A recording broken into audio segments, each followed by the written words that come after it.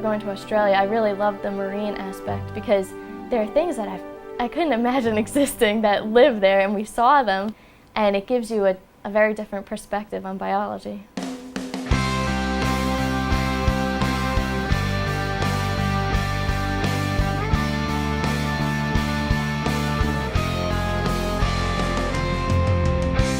So the course is called Adelphi in Australia. The purpose of the course is to really allow Adelphi students to get out and have some field experience, to get out and sort of see the Great Barrier Reef and other habitats in Australia, the rainforest, and there's also some dry habitats that we visit as well. It was beyond belief.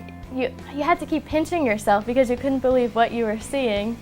The colors were just so vibrant, especially in the corals. It looked like it was out of a textbook, but it was real. We spend a lot of time out in the woods, out on the island, out in the water.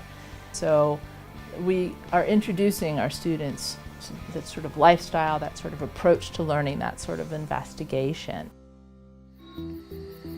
The rainforest, we stayed in the rainforest. We stayed overnight in the rainforest and engaged in night walks. First a guided night walk and then night walks on our own. And one of the places we stay is open-air cabins. You opened your front door and you were in the rainforest. Actually, one of the places, it didn't even have walls. It had sort of mosquito nets. So you're living in the rainforest, which means you can hear everything. And it's one thing to sit them on a trail and have them listen, but it's another thing to listen throughout the night. We did a night walk, and you couldn't see anything. We all had our fanny packs with flashlights, and we all had to look for frogs and different kinds of bugs. We saw animals and even plants while we were out that night that we would have otherwise never seen. When we're looking mostly in the rainforest, they're primarily focused on local plants, birds, insects, but then we're getting a lot better at seeing marsupials, which we don't have here except for possums. We held koalas, which I never thought in my life I would hold a koala. It was like holding a puppy, kind of, but they're very soft and they kind of hold onto your shoulders like a baby would. And that was another one of those moments where you just felt like, I can't believe I'm doing this right now. We've gone out snorkeling almost every day, and so that's one of the highlights of, I think, the trip for everyone is just get in the water and just explore. And usually we have to sort of wrestle students out of the water back into the boats because they want to stay in and snorkel some more.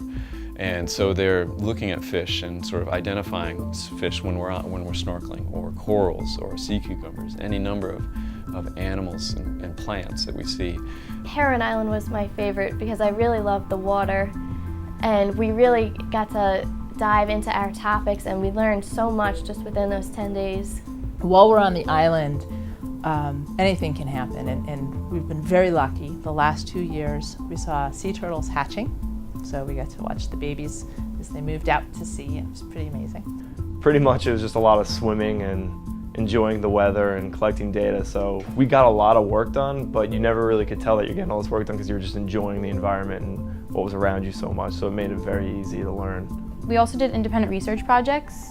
My project was on giant clams, and if I was testing whether or not the size of the giant clam correlated with the size of its substrate. It was a little bit scary then to see how important the barrier reef is, and you realize, people are saying it's going to be gone in a few years. And after seeing it, you just can't imagine that being gone.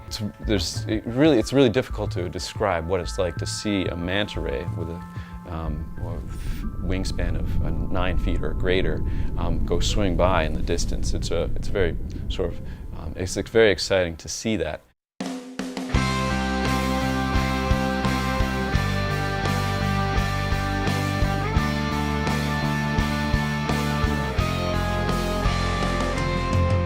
I feel like going to this remote place with all these people who are in the same boat as you with this, but different backgrounds or different studies, but just as passionate, really keeps fueling that energy, that passion that you have to keep doing what you've been doing with this research. You don't know what it's like until you actually go out and see it. And it's exactly that way with archaeology as well.